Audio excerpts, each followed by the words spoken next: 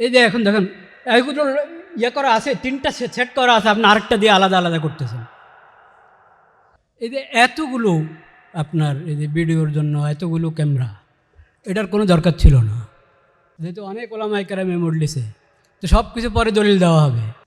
একটা ডকুমেন্ট রাখার জন্য, সংরক্ষণের জন্য একটা যথেষ্ট। এটা মানে ডিজিটাল তসবির এমন না যে মোত্তাফাক আলাইহ জায়েজ, বাদ ওলামায়ে কেরাম জায়েজ বলেছেন শরায়তের সাথে। বাদ ওলামায়ে কেরাম এখনও আকসারের মত ওটাই যে ওটাও না জায়েজের মধ্যে, শরীয়ত সম্মত জরুরতে জায়েজ। দ্বিতীয় কথা, এখানে এই মিউজিক চললো, এটা এমন দাকিক বিষয় ছিল না যেটার জন্য ডকুমেন্টারি পেশ করতে হবে। এটা সহজ সরল বিষয় ছিল, এমনও চলতো এটা।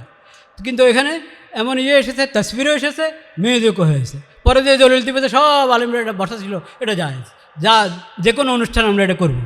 সেজন্য আমি কথাটা বলে দিলাম।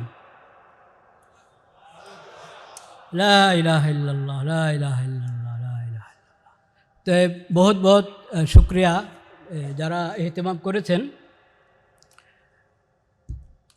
উর্দুটা তো আলহামদুলিল্লাহ আমার কাছে আগেই ছিল, আল ফুরকান শাহউলিল্লাহ নম্বর। এখন আমাদের ডক্টর শহীদুল ইসলাম ফারুকী সাহেব অনুবাদ করেছেন। যদি আমার ব্যক্তিগত রায় হলো এই ধরনের এলমি জিনিস, এলমি যে ভাষায় লেখা হয়েছে ওই ভাষায় থাকা উচিত।